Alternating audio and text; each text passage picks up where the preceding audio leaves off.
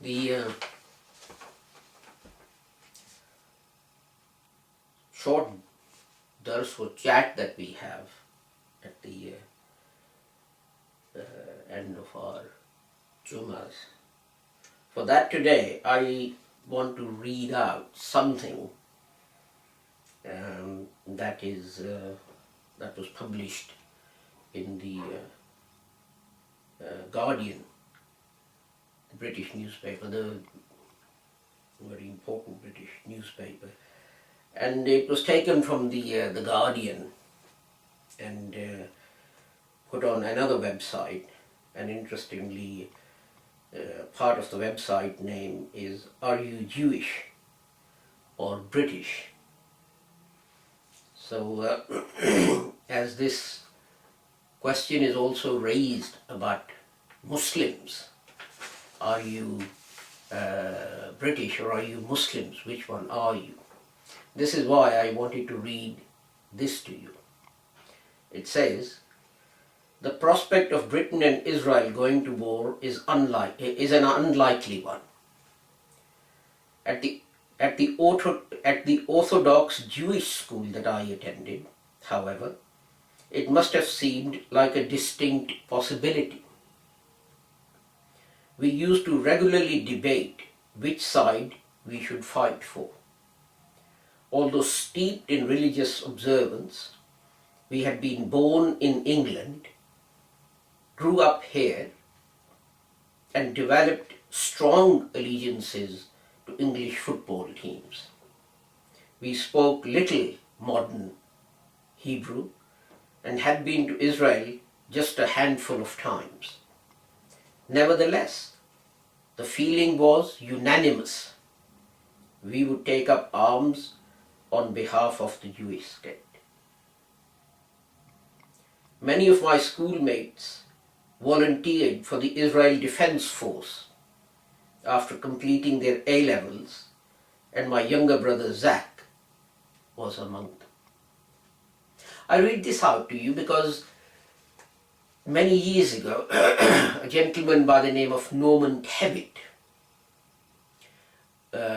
who was a close confidant of the British Prime Minister Margaret Thatcher, a member of her cabinet, and also held very prominent positions within the Conservative Party, said that if you want to know whether Muslims are British or not, all you have to do is to go to a cricket match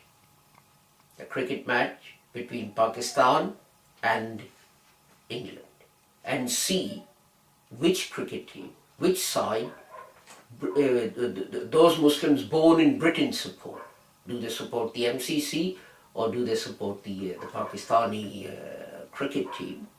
And that will tell you how British these people are. It's very strange that Mr. Tebbit made no such comment about the Jews. It is strange that in the media we find no reference to the fact that in Jewish schools there were regular discussions, as this gentleman who's a Jew points out. There were regular discussions in Jewish schools about which side to support if there is a war between Israel and Britain. And interestingly, it says, nevertheless, the feeling was unanimous.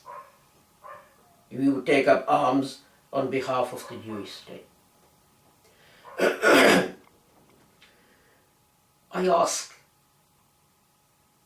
if what he says is true, that people from England went to join the Israel Defense Force, and that is perfectly legitimate, why could it be wrong, or why would it be wrong for Muslims to go to Pakistan or go to Afghanistan when there was a Afghani government there run by the Taliban? Why was it wrong for the Muslims to do exactly the same thing? Why are Muslims always targeted and told that you are not loyal to Britain? and no other community is targeted in the same way. This is what Muslims mean when they say that there is prejudice in the media against them. This is what they say when they say that we are not being treated justly by the media. I wish someone who was at this program that I referred to, where verse 551 of the Holy Quran was mentioned, I wish a Muslim there had had access to this and read it out and said, well, what do you say about the Jews? Why don't you criticize the Jews? Why is it not wrong? Why is it not terrorism for a British person to go and join the Israeli Defense Force and attack helpless women and children in Gaza?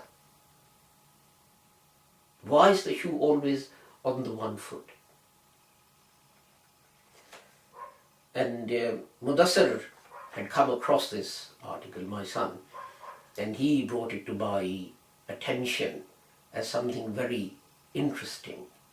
And as I always say, that Muslims must accept some blame for these things as well.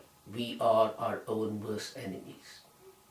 Other communities quietly get on with strengthening themselves, with establishing themselves, and getting their tentacles, let's say, for the sake of a better word, into those institutions which are powerful and where decision making is done. And we don't.